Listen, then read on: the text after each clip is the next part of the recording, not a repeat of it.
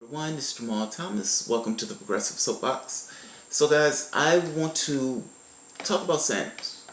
Um, I've been pretty prosecutorial in regards to how I think,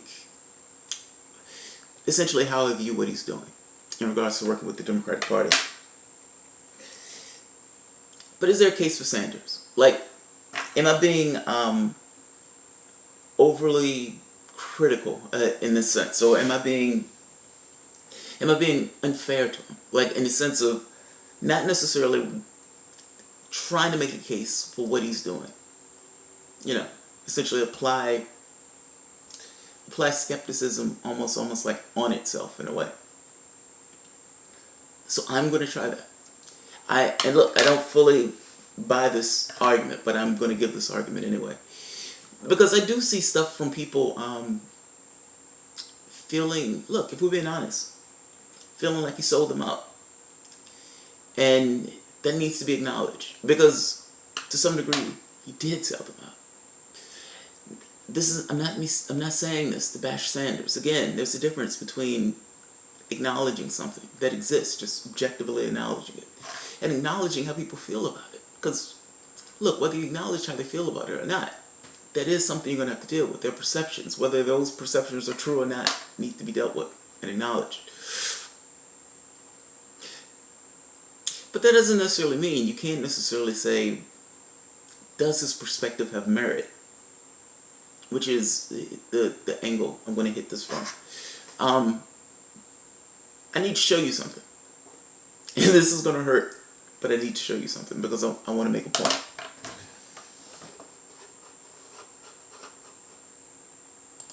To Vermont. How do you cast your 26 votes? I'm Donnie Deans, Chair of the Vermont Democratic Party.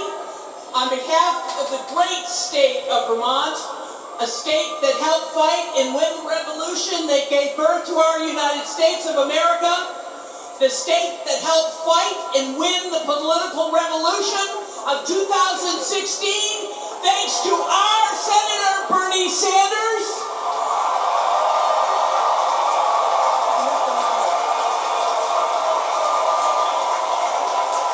A state whose leaders denounced the demagoguery of Joseph McCarthy, and today whose leaders like Madeline Kunin, Howard D. Mind you, that crowd, that yell, that roar, those people on their feet applauding, that's not because that woman is talking. Nobody even knows who that woman is.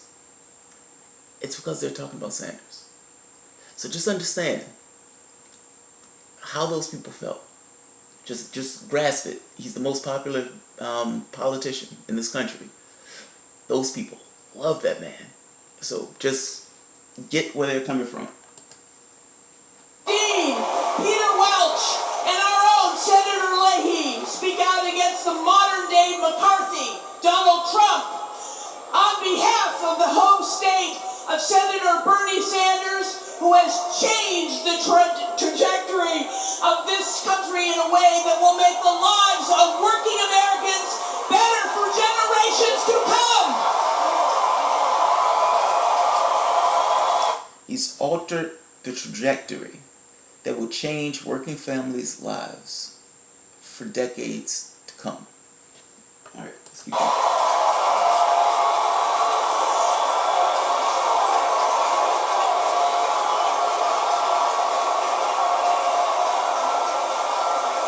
Vermont, cast our votes.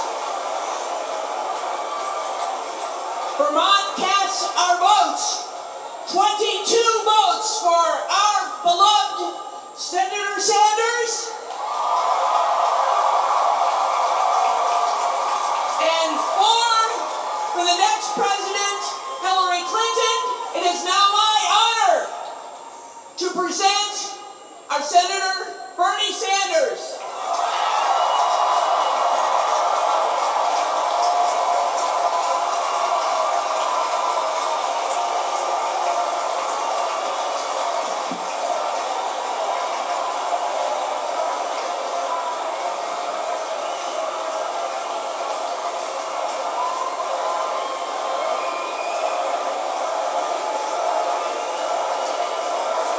Thank you.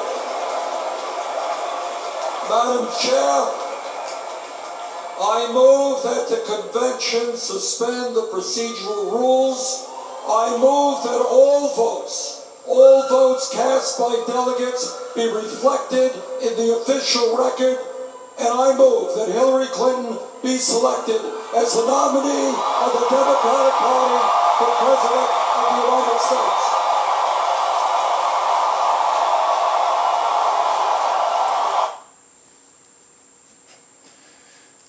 That's the guy that cheated. Confirming the fact that they cheated him, or at the very least, not acknowledging the fact that they cheated. And instead saying, all right, go out and support the team that essentially did this. You can call what you will, whether you want to give an excuse or whatever. But certainly, that view of this, what's taking place right now, them hoisting his broken body up and essentially having him, praise the party that essentially battered him, that slandered him, that cheated him, and still hoist them up to say, yes, I am here for Hillary Clinton. That's a brutal thing. It's cathartic. I see that and it pisses me off. I would imagine that anybody who sees that pisses them off. There are some people, myself included, and I am biased in this way, because I look at it as, I give him the benefit of the doubt because the pressures that were on him in doing it, but that does not mean that I like it. And people aren't wrong for making that case, or people aren't wrong for making the case of, he sold us out. I think it's harsh, but certainly the perspective is valid. Or he didn't call out the cheating. I find that one to be more valid than probably any other perspective. So look, let's talk about it. And this is detouring a little bit, but it's detouring because I kind of want to make this point, warts and all, of why I still make the case that I give him the benefit of the doubt. The worst case, I think, is not calling out the election fraud. Honestly. You have all these people giving all this money. I mean, he's beating the stuffing out of Hillary Clinton and the amount of money that he's harvesting from people. He's saying things, he's opening his mouth, and the things he's saying is rattling in them. They believe in him. He is their voice. And he's their voice when, for the longest time, for the most part, the Democratic Party ignored him. The Democratic Party scammed him. The Republican Party, damn sure, was not going to listen to him. For the most part, the conversations going on in Washington was a conversation between oligarchs. Between one side that's absolutely craven and said we want it all, and the other side that wants a modest amount of moderation. But it is a battle between oligarchs. The public itself has pretty much no influence in regards to what these guys talk about, because what these guys talk about is not actually real issues. Sanders comes and makes a case for the public. It is the first case I've ever heard on this front. It's the first case that America has ever heard on this front. That's real. Understanding, not political smoke, actual real. It's his values. The man calls himself a socialist. He is not hiding these things. Sometimes Democrats have this tendency of not wanting to explain their case, and so they would be mealy-mouthed, half-assed. He's telling you what he's going to do. You can disagree with him, but he's telling you what he's going to do. He's telling you what he wants to accomplish. They cheated the guy.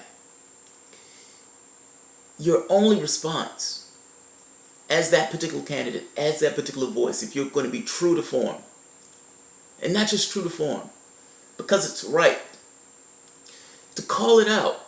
They are cheating me. I don't care if you guys call me a spoiled loser. They're cheating me. I can show it. Why did all those people get thrown off the rolls in New York? Why are they shutting down all these polling locations? How in the world did they go steal Nevada like that? I have it on video. I can show you. This is a procedural thing that they did, and they took this particular state. You can make that case. I get it. It looks bad. It's impolite. But you're not there to be impolite. You're there for your audience. Who is your audience? Certainly you don't think your audience is these people who broke you up in this way and displayed you about. Your audience are the people who are supporting you, the people part of that particular political revolution that you're talking about. If you had any failing at all in this, it was that you let them down on that particular front. They needed you to be a warrior at that point. And I get it, it's a lot. But you chose to run. You chose to get those people fired up. You chose to get those people to send you their money. There's a responsibility associated with that. That's not you can do whatever you want. There are going to be times that are tough and difficult to pull off. There are going to be times where you're going to feel a particular way. There are also times where you need to be impolite.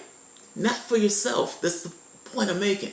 But for the people who are sending you all that money, who's investing all that time, their energy, their hopes, who's out there stomping for you, who's out there tweeting for you, who's out there on Facebook for you. Be their voice. Be their advocate. That's why they were doing it. They believed in that political revolution. Did you believe that you were going to have a bloodless political revolution where everybody is patty cakes? It doesn't work that way. You want a political revolution, fair enough. No bloodshed, political revolution. It's a worthy cause. But certainly you're going to be impolite at times. You're going to call people out, particularly when they're doing things that need to be called out. The goal is to win. The goal is to win. So yeah, acknowledge that front. Acknowledge that that was a failing. But also acknowledge he's a person. People fuck up. It is what it is. It's not necessarily that I like it, but I understand where he's coming from. Is there something to be said? Is there nobility in a loss? Now, I make the point that, and I repeated what the woman said beforehand, because I kind of want to make the point that that is what's taking place. Yes, this looks bad, and yes, this is painful to watch, but this is also the destruction of the Democratic Party at this very moment in real time. Understand what I mean? It's almost like the very act of, or the thing that you need to do to suppress that particular enemy is the very thing that you do that causes you to lose the war. This is a battle. Yes, this is a battle where Sanders got broken. But in order to break him in this way, they lost their party. They lost millions of members. If you look, and you were never going to get anything done through the Democratic Party, so that is not a loss. That is a win. 50 million people out there who left that party is now open to the ideas of a new party. You were never going to get anything done through that particular party. That party is always a drag on any particular idea. Your new party is your best option of changing things. And look, I'm stepping away slightly from the conversation for Sanders because I'm making this point that the very thing that happened to Sanders is the very thing that's giving you this leeway of even thinking about a new party, of even pushing yourself forward to a new party. They committed a sin. And it wasn't just a sin in a religious sense. It was a sin which shocked the conscience. They cheated us. Clearly. Unequivocally. And then have the evidence on top of it that they cheated you. That shocks the conscience. How do you get over that? And how do you get over that and then vote for that same party that did that to that guy? The guy who they gave a standing ovation to, who these people were out there crying, bawling their eyes out. When Sanders did this, people were standing outside crying. This is a painful thing to watch. But the very act of watching this, the very act that this thing happened, destroyed that party. Because the only way they were going to get past him was to destroy that party. You now have an opportunity for a third party. The problem, in some degree, is Sanders himself. Now, I'm trying to make this case for him. To say, is there a path based upon the things that he's trying to accomplish within the Democratic Party? I'm skeptical. But maybe. So, the Democratic Party, for the most part, like I said, what they did during that primary destroyed that party. So can you make a case that they're primed to be boarded in regards to a sea change? The problem with this one, though, is co-opting, meaning that just because they give themselves a facelift doesn't necessarily mean anything tangibly changed. Now, Sanders is going with this idea that if he can get enough people into the political process, those people are into the political process because of him. Meaning, yes, he may not necessarily be able to put pressure on the people in his own party, per se, to get something accomplished. But if you got a bunch of people who have no allegiance to the party but has allegiance to him, does that work? Is that political pressure? In the sense of Chuck Schumer being terrified that if he doesn't vote a particular way, that Chuck Schumer will be out on his ass. I don't know. I don't know if it works that way, if I'm being honest. I do know what happened to Cory Booker. I do know what happened to him. And for him to have this come to Jesus moment, like less than a month, he was hounded. Like I keep making this point, he was mauled by progressives. It's like any progressive you run into, just randomly at McDonald's or something, they'd be like, "I tell you, that asshole Cory Booker." Cory Booker came back around within less than a month. "Hey, I'm working with Sanders. We're going to fix this bill. We're going to get this thing done." I don't think he did that for his health. I think he did that because he was terrified. Not scared that somebody was going to beat him up. Terrified politically. He was poisoned. He went against Sanders. Now, does Sanders have that pull over the rest of the party? I don't know. I would even make the point that all the people that he's talking about haven't even accrued in the party. Progressives don't even consider themselves Democrats, and yet they hounded his ass. Now, is that influence enough to get a particular agenda accomplished? That is the crux of the question. My feeling is no. Now, Sanders, clearly his feeling is a yes. I think that's the crux of it. Whether or not you believe him or not, it boils down to whether or not he can harness that influx of people that are into the party to tangibly force them to change, because those people are terrified that they may lose their seats. The only problem with this is when you have people and they consider themselves a Democrat, they tend to vote Democrat. It's not one of those things. It's almost like it's tribal. It's not necessarily an intellectual thing.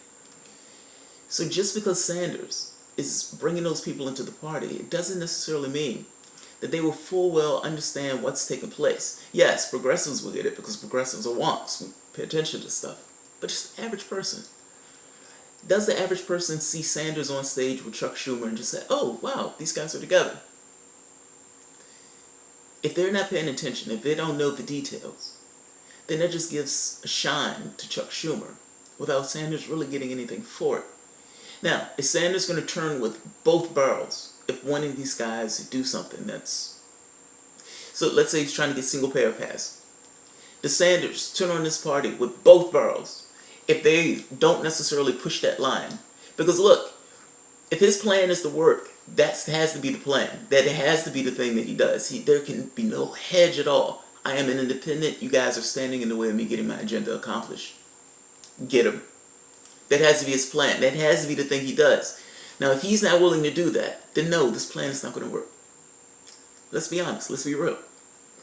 His strength in this, his influence, is essentially what he did to Cory Booker, where he called him out, called him gutless and all this other stuff, and people just mauled him.